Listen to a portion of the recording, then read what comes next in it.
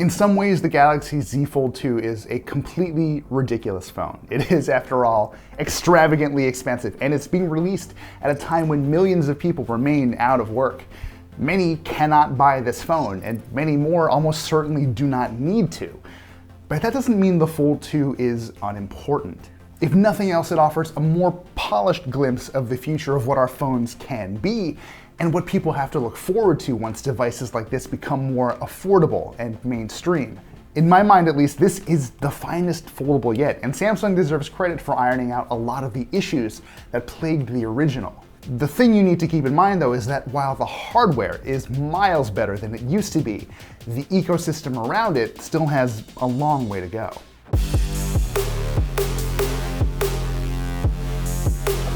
But I'm getting ahead of myself. Let's talk about how Samsung designed this thing. Last year's Galaxy Fold was chunky any way you looked at it, and this year's version is technically even chunkier. It's a little wider and a little heavier than the original, and it still feels like a fat remote control when it's closed, but the plus side is it should be a lot more durable. The gaps on either side of the hinge are razor thin, which should keep bits of debris from getting inside, and there are tiny brushes on the insides of the phone's two halves, so when you open the Fold 2, they scrape along the outside of the hinge to push stuff out of the danger zone. The hinge itself is also a lot tighter this time around, to the point where you can prop the Fold 2 open like a pseudo laptop on a table. Samsung calls this Flex Mode, and I know what some of you are wondering. Yes, you can type on it like a laptop, but it is not very enjoyable. And yes, you can still open the Fold 2 with one hand. It's just a lot harder this time, which, if nothing else, means I can't treat this thing like a fidget toy the way I could with the old one. The Fold 2 also doesn't have an IP rating for water or dust resistance, so stuff like beach trips are still off the table. Look, honestly, I can't offer any lasting reassurances about this thing's durability since we've had our review unit for less than 2 weeks. For now, everything feels good, and I'm cautiously optimistic. As far as design changes go, though, there is nothing bigger than what Samsung did with the Fold 2's displays, which feels appropriate because Samsung made the displays bigger. The original Galaxy Fold's external screen was pretty silly. It was a tiny 4.6-inch screen that ran between some of the biggest bezels I've ever seen, and using it for anything more than really brief interactions could be kind of a pain. With the Z Fold 2, Samsung replaced it with a 6.2-inch dynamic AMOLED display that doesn't just look really pretty, it's surprisingly usable too. Seriously, I have been shocked by how often I didn't open the Fold 2.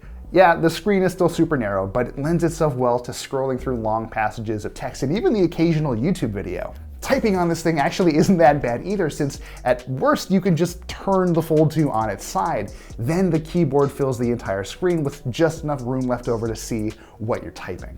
I should also point out the internal and external displays use completely different home screens, which is actually more helpful than it sounds. I have personally filled my outer screen with widgets to control my apartment's hue lights. I mean, this thing already feels like a remote control anyway, so I just leaned into it, but it's quick access to stuff that I use frequently. Now, I'm not saying Samsung's approach here was perfect. A wider external display would have been a lot better, and that would also mean the inner screen would be shaped more like a widescreen tablet. For now, though, the Fold 2 pulls off the whole super tall smartphone thing surprisingly well. You'll continue to see improvements when you open the Fold 2. Samsung went with a 7.6-inch dynamic AMOLED 2X panel here, and there is much less stuff around it. The bezels are slimmer than they were in the first Fold, and there's no notch here either, just a small cutout for the 10-megapixel front-facing camera. More importantly, Samsung added a layer of its ultra-thin glass here to harden the Fold 2 screen, and that's a big deal for 2 reasons. First, it means this internal display should hold up more capably to the kind of everyday wear and tear that every smartphone has to deal with. So far, so good, but we'll have to see how well this thing holds up after a few months. The second reason this UTG layer is important is because it makes the Fold 2 screen feel more rigid and sturdy. In other words, it feels more like an actual tablet. Like the Note 20 Ultra, this screen also varies its refresh rate, so if you're reading an article or examining a photo, it saves battery life by refreshing the screen as few as 10 or 11 times per second. But when you're playing supported games or something, that can ramp up to as high as 120 Hz. That kind of super smooth motion makes a screen that already looks great look even better. But that's just me, and not everyone is going to like the way this screen looks or works. For one, its aspect ratio is pretty close to square, so its videos do get letterboxed like crazy. It's weird for a few days, but you generally get over it because the viewable space is still bigger than what you get from most smartphones. This thing also still has some jelly scrolling issues where one side of the display moves slightly faster than the other, but it is barely noticeable when the screen runs at high refresh rates. And yes, you can still see and feel a crease here, and maybe that's a deal breaker for you. If it is, that's totally fair. For me, it just kind of faded into the background the way screen notches did after a while. Oh, and there's one more thing. This phone ships with a plastic screen protector on the internal display, kind of like the one the original Fold had. And it's not bad. I mean, at most you'll notice a little extra friction as you swipe around. You can remove this to feel the smooth, hard finish underneath, but Samsung really does not want you to do that without help. They actually recommend that one of their employees or partners do it for you. Realistically, the best thing for the Fold 2 long term is probably just to leave it on, but look, you have your options, you can live your life. Now, having two screens instead of one is undeniably cool, and the novelty has not worn off yet. It has its faults, but I am sort of in love with this hardware. But here's the real question. Does a $2,000 foldable phone actually help you do more better than a regular one? Kind of. Samsung fleshed out its software dramatically here, and when everything works, you might never want to go back to the old days. But the problem is, for now at least, you can't always count on those features working the way you want or expect them to. There's a lot to unpack here, so let's start with the basics of how the Fold 2 actually displays things. One of the biggest knocks against the original was that its big screen acted more like a giant smartphone than a small tablet. This time, the choice is yours. One display mode continues to treat the screen like a big phone, and the other packs information more densely onto it, like a tablet. I've spent most of my time testing the latter because it's new, and the results can be truly helpful. Emphasis on can be. When you hold the Fold 2 upright, most apps look the same no matter what. The magic happens when you turn it sideways.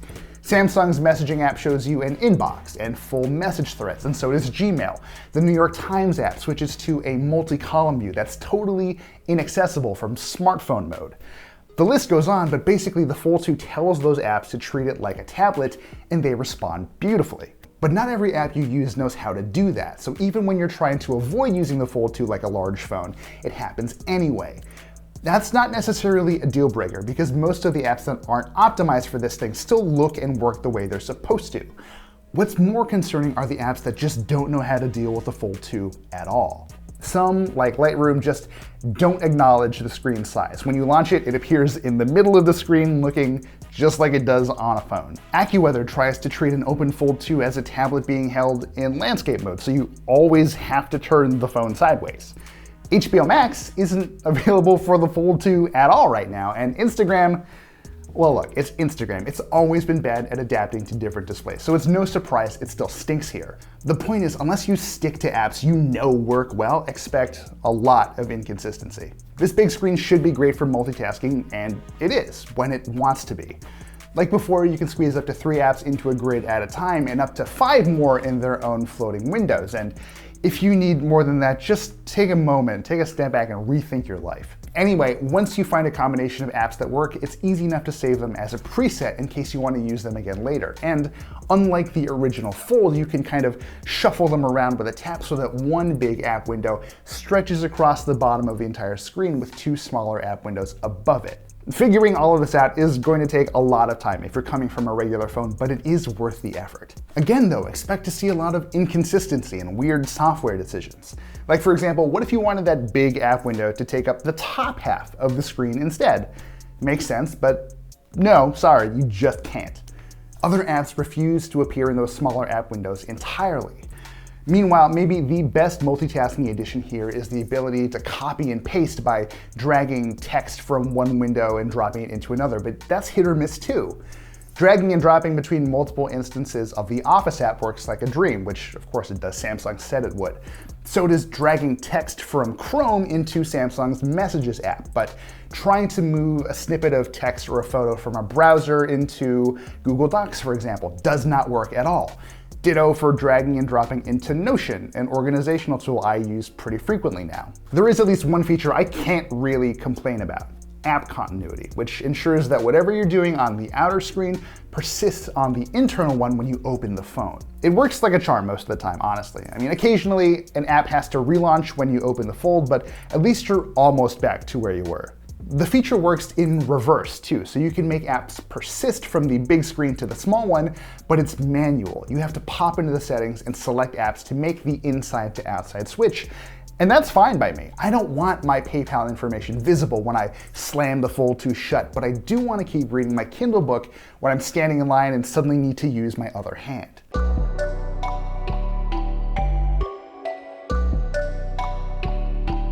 Ultimately, Samsung has done some good work with the Fold 2 software.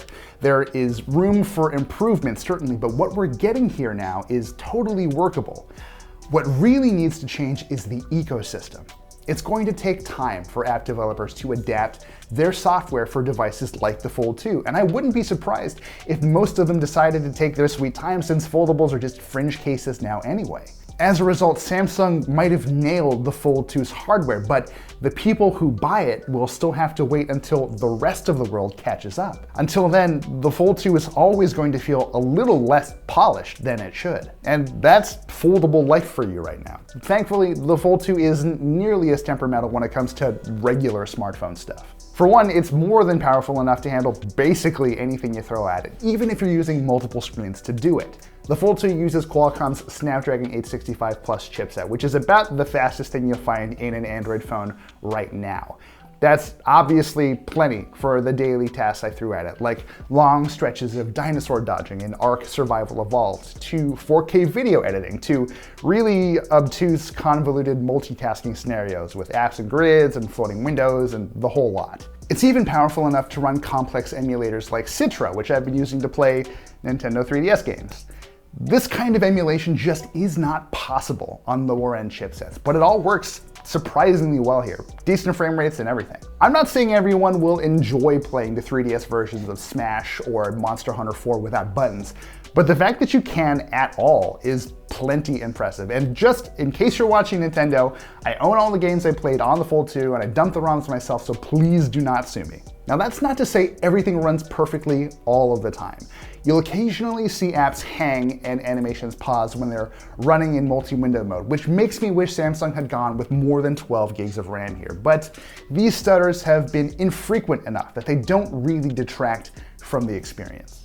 I gotta say, going into this, I was concerned about the kind of toll two screens would have on a 4,500 milliamp hour battery, but the reality wasn't that bad. I typically got just under 12 hours of consistent use out of the Fold 2, which includes a lot of camera testing, YouTube videos and games on the big screen, and lots of Twitter scrolling and New York Times articles on the smaller one. Generally, this thing will get you through a day with a bit left in the tank for tomorrow morning, and I've seen worse. Keep in mind, that's with the screen set to its variable refresh rate mode. Honestly, it wouldn't have taken much work to get better battery life out of this thing either. Because I was testing it for a review, I made it a point to flip open the Fold 2 whenever possible, even in cases when I would have normally just used the phone closed.